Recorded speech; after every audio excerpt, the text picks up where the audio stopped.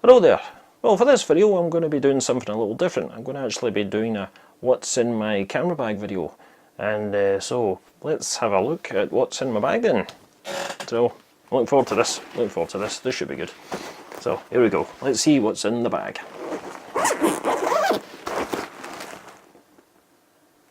Oh. Nothing. Oh well, never mind. See you in the next video. Bye for now.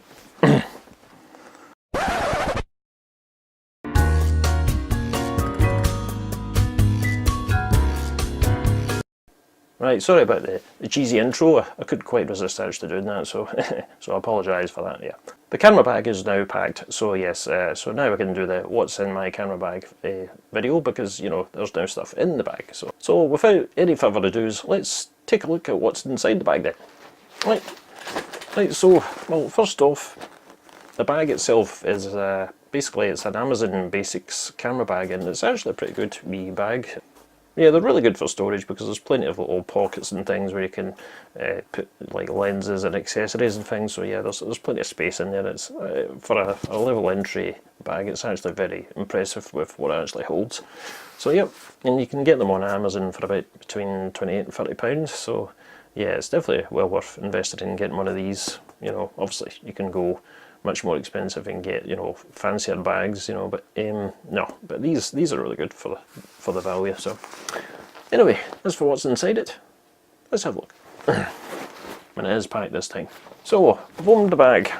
So first thing in the bag, well actually one of the primary cameras which I use is in the bag. So first thing in the bag is pretty much my main primary camera that I use anyway. So it's the Olympus E-M1. And what's attached to it is a 12mm Olympus lens. It's an f2.0 lens. It's really sharp, and the camera itself's terrific. You know, it's got the nice DSLR styling. You know, and it's got the flip screen at the back. You know, which you can tilt back and forth. I think it tilts about 45 or 90 degrees or something like that. Unfortunately, it's not like one of these fully articulating screens because they're even better. So, but yeah. Well, if you're doing vlogging, then you need one of those fully articulating screens or a flip-up screen. So, anyway, no. But I use this for stills primarily, and it's really good. I find it's brilliant for stills. So, yep, definitely that. The Olympus E-M1, and with the 12mm lens on it. So there you go.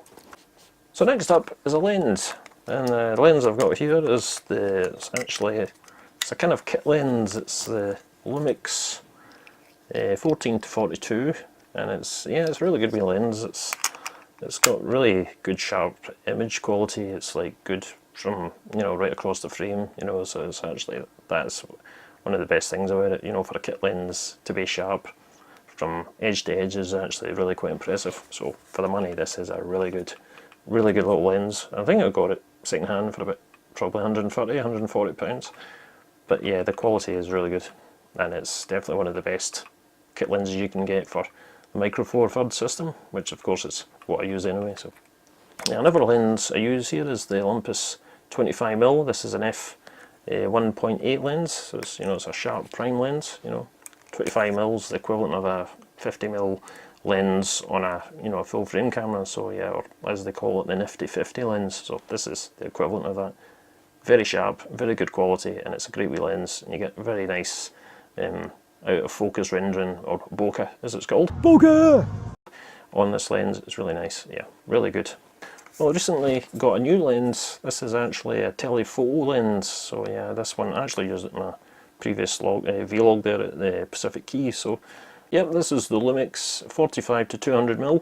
It's yeah, it's basically I think it's f4 to 5.6 in terms of aperture. So yeah, it's a really good value for money lens. I mean, optically it gets a bit soft towards the telephoto ends. You know, once you hit the 200mm, it starts to get a bit soft, you know, in the corners for the image, you know, which is that's kind of par for the course for a lot of telephoto lenses. So, but yeah, no, this is a good one. This is actually really good, quite good quality. So I was quite impressed with some of the images that they had taken with it down at Pacific Key. So yeah, and a few of them were in the vlog anyway that I used. So yeah, quite happy with this one. I don't really do much telephoto work, but yeah, I did enjoy using this. It's a good wee lens. I do like it. As for other stuff, well, here I've got it's a polarizer. Yep, a little polarizer here. Yeah, this is a, what is it? Yeah, this is a DHG Super Circular PLD. Nice, eh? Yeah, so this is actually a really good wee polarizer. It's actually really quite effective. You know, I found it really saturates the colours and makes things look really nice and deep and rich, and it's actually, for the money, it's very effective. I think it cost me £35, you know, because, you know, some of these polarizers out there can be frankly quite ridiculous in what they cost. For example, the Lee filter system, the polarizer for the Lee filter system alone is £200, and you can buy free Lee ND filters for that price anyway, so it's crazy. But why do that when you can spend just £45 on something like this, and you get arguably just as good results? No, this is very good. It's a great wee polarizer. That was the company? Yeah, the company's Marumi, so yeah, Marumi, that's right. Very good. Yep, next thing I've got in here is, of course, is a Lee filter. This is one of the primary Lee filters I actually use. This is a Lee Big Stopper, so it's a Lee 7.5 Big Stopper. It's actually really good. It's a terrific ND filter. It's great for doing very long exposures like 30 seconds and above. It's really effective for motion blur and blurring smoothing water and, you know, getting movement in the clouds. You know. Yeah, it's well worth investing in one of these because, you know, the results you get from them are really quite impressive. So there you go.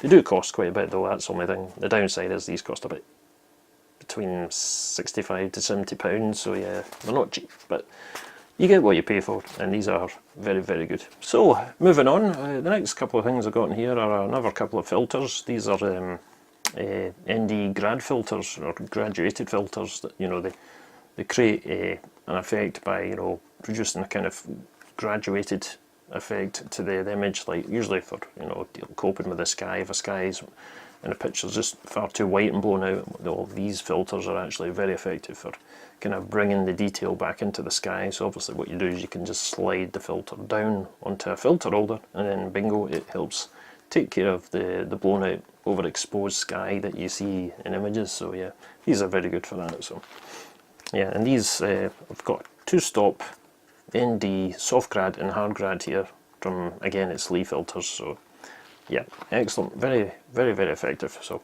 all other things I've got in here are, you know, more accessories for the filters. This is a filter holder. Basically what happens is the filter slides down into this holder, you know, and it basically obviously keeps the filter in place.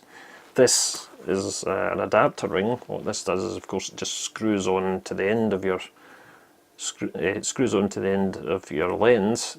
Yeah, and to save time, what I tend to do is I just clip the two on together, so that way they're kept together, you know, because obviously I think they've got individual pouches as well, but I find it quite tedious actually having to take out the pouch and then attach it to this, when I can just keep the two together like this, you know. Yeah, it's a bit daft in a way having to keep them two separate when you can actually have them clipped together like this, just to save a bit of time. So yep. So another thing I've got in here is a lens brush, which, you know, of course comes in handy for cleaning your lens. You've got the wee brush which you use to clean the glass in your lens, and there's also, I think it's kind of like essentially like a polisher which you can, you know, apply to the glass of your lens as well. So yeah, yep, it's quite handy. It's a good wee thing to have. Yep. So yeah, I keep that in the bag sometimes. I don't really always use it that much when I'm out and about, but you know, I do keep it and it's good to have. So another thing in here, of course, which is good to have, is always a spare memory card. You know, well, actually, you shouldn't just keep one spare memory card. You should obviously take several with you. You know. Yep. I've also got side compartments here as well, so we'll see what's in this. Yep.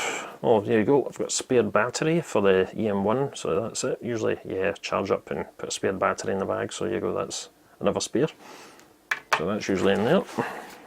I also have a spare for the camera which I'm actually using to record the video just now, which is of course the Canon G7X Mark II, and this is a spare battery for that. It's actually not an original battery. It's kind of one of these third-party ones, but I think it works just as well. So there you go. That's a spare battery for the Canon G7X Mark II.